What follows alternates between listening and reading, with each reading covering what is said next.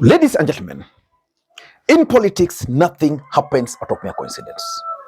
Everything in politics is normally well planned, well scripted, and executed to achieve a specific political objective.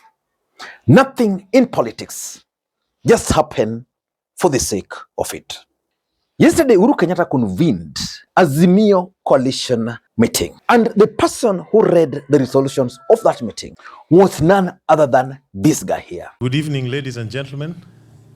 It is my duty now to communicate to the public the decisions made by the Azimio Council at their meeting this afternoon. So why do you think Omondi, who is a key player in Linda Wananchi, read that resolution? One, the council resolved to reorganize the party structures, the various organs of the party, as well as to move forward with the rebranding of the Azimio coalition. Because it was clear yesterday that Linda Wananchi is yet to be a member of Azimio coalition. Secondly, the council made a decision to admit 2 new members into its ranks. That is His Excellency Fred Matiangi, the Honorable former Governor, His Excellency Peter Munya, and Honorable Senator Lenny Kivuti. Several things happened yesterday. The first thing which you should have noted was the absence of Rigathi Gachagua. While Rigathi Gachagua was absent, Uhuru Kenyatta ensured that all his allies from various political parties were present yesterday during this meeting. To become the new council members. So there are three new members to the council. And thirdly, the council also made a decision to invite one of our founding members, DAP Kenya Party, to rejoin the coalition.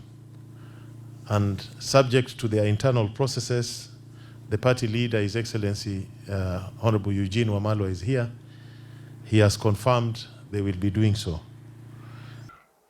And if you listened keenly, Uhuru Kenyatta is on a mission. And that mission is one: sending William Ruto home in 2027. Do you think Uhuru Kenyatta will succeed in that mission? In this video, I want to reveal to you guys the list of the people or the dream team Uhuru Kenyatta is crafting against William Samoei Arap Ruto in 2027. And finally, the council resolved to invite Umoja na Maendeleo Party, PDP Party, and the Democratic Party to become members of the coalition.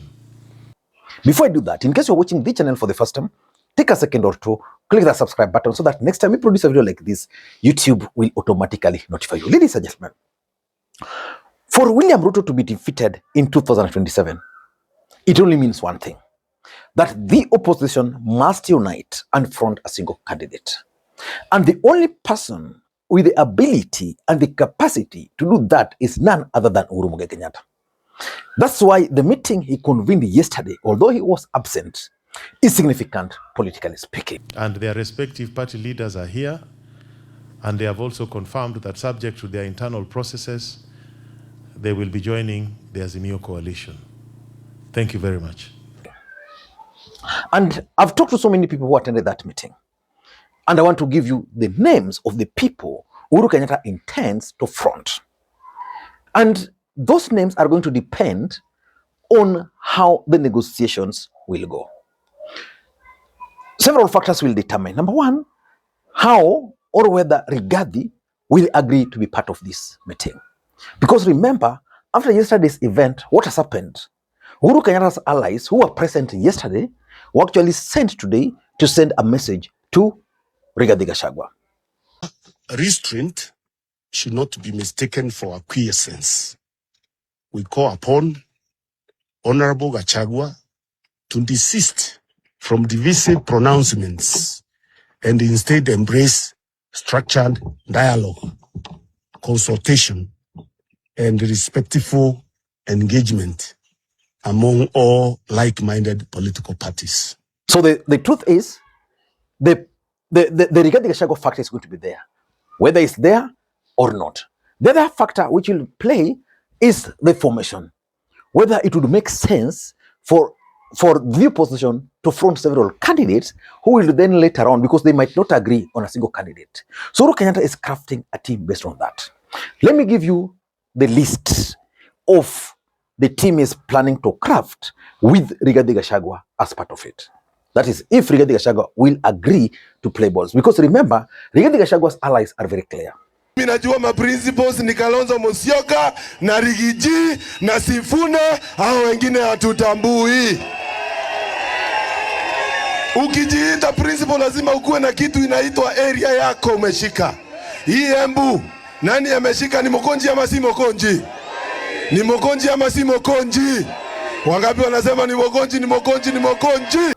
So according to sources, in case Rigathi Gachagua will agree, then Uhuru and Rigathi will produce presidential candidate and a running mate, which means Uhuru Kenyatta will produce the presidential candidate. In that case, Sifuna is the person Uhuru is planning. Then Rigathi will front a running mate. And of course, we've been talking about Sifuna Methu ticket, or Sifuna and the Muranga governor, Irungu Kangata ticket. Let me ask you, do you think a combination of Sifuna and Methu or Kangata can stop Ruto? Of course, that ticket is lethal. But can it be achieved? It will be achieved based on what Kalonzo will be given. So we will be taking important decisions as we go forward. We are also, the party leader was given the mandate to engage other like-minded political parties, because we all recognize that time is of the essence. We have entered the election year, and so we are talking to Democracy for Citizens Party. We're also talking to, again, re-engaging with PLP. And according to the deal, Kalonzo is going to be given the position of the Prime Cabinet Secretary, subject to his acceptance. Then several ministries, he will pick some very critical ministries. And of course, Matiangi will come in as the minister in charge of internal security. That is the first option if Rigathi will agree. But in case Rigathi will fail to agree, this is the team Uhuru, according to what I've been told, is planning. The Kalonzo Sifuna ticket. The only disagreement here, and this is what Uhuru Kenyatta is working on as his option one. The only problem here is who will be presidential candidate and who will not be the presidential candidate. For example, most Kenyans would prefer Sifuna to be the presidential candidate. But again, if Kalonzo is not a presidential candidate, what happens? Yeah, so they're crafting a strategy around that. Then Matiangi becomes now the Prime Cabinet Secretary. And of course, people like Wamalwa, people like Martha Karua will find a place or a role to play. And the third option, which is being considered but remotely, is where you have Sifuna run, you have Kalonzo run, and of course, Rigathi, you also let Rigathi run. And then all these guys will have an agreement that whoever becomes number one, because if all of them are to run, none will meet the 50% plus one threshold. So at the end of the day, they will have to agree on one of them. And that is the biggest challenge, which takes me to the next question, which is the most critical. Will these guys agree on a single candidate? Of course, if the intention, and Sifuna has made it very clear, that if the intention is to remove Ruto, they have an option. So Uhuru Kenyatta is doing everything right now to ensure that, number one, all parties who are opposed to Ruto are brought together. That is the role Uhuru is currently playing. And for me, I tend to think he will be able to play it. In fact, even in the last election, the reason why Kalonzo did not leave was because of Uhuru Muigai Kenyatta.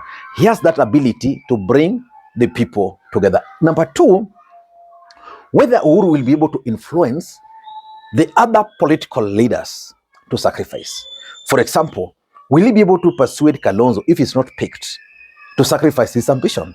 Will he be able to persuade, for example, Sifuna or even Rigathi? So that's the role Uhuru is going to play. And that's why you are not seeing him. And importantly, in case Rigathi will not play balls, Uhuru will also play another important role. The role of trying to isolate Rigathi.